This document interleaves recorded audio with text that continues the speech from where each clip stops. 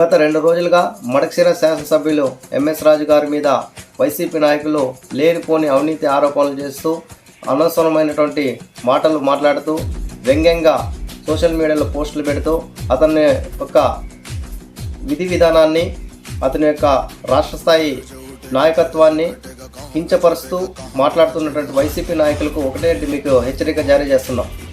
ఈరోజు మడకశిర శాసనసభ్యులు కూటమి ప్రభుత్వం అధికారంలోకి వచ్చిన తర్వాత ఎంత అభివృద్ధి చేశాడో కళ్ళకు కనపడే విధంగా ప్రతి ఒక్క విషయాన్ని మేము క్షుణ్ణంగా మీకు కంటికి చూపిస్తాం. ప్రతి ఒక్కరూ చర్చకు సిద్ధంగా ఉండాలని మీకు డిమాండ్ చేస్తున్నాం.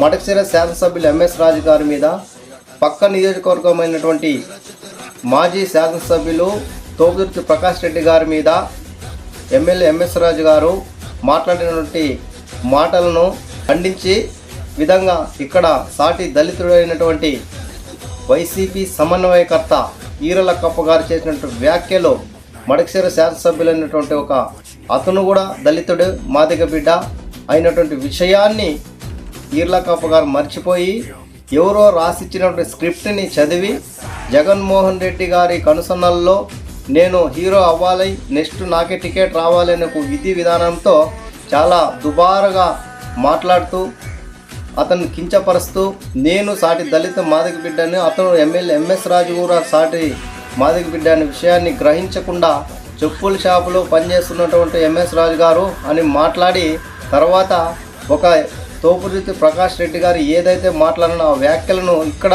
ఉన్న మడకశిరలో ఉన్నటువంటి సమన్వయకర్త ఈరలక్కప్ప గారు మాట్లాడే మాటలు చాలా విడ్డూరంగా ఉన్నాయి. అతనుకు మాట్లాడే ముందు నేను సమాజానికి ఏం మెసేజ్ ఇస్తున్న విషయాన్ని మర్చిపోయి మాట్లాడుతున్నాడు. ఈరలక్కప్ప గారు మీకు ఒకటే డిమాండ్ చేస్తున్నాం, మీరు బేషరతుగా ఎమ్మెల్యే ఎంఎస్ రాజు గారికి క్షమాపణ చెప్పాలి. అదేవిధంగా సాటి దళితులైనటువంటి దళిత సమాజం మాదిగ బిడ్డలు తలదించుకునే కనుక మీ వ్యాఖ్యలు ఉన్నాయి. వీటిని సరి చేసుకొని సమాజంలో నెక్స్ట్ మీడియా ముందు మాట్లాడాలంటే, సోషల్ మీడియాలో పోస్ట్ చేయాలంటే మీరు ఏ విధంగా మాట్లాడే విధానాన్ని మీరు నేర్చుకోవాల్సిందిగా మీకు విజ్ఞప్తి చేస్తున్నాం.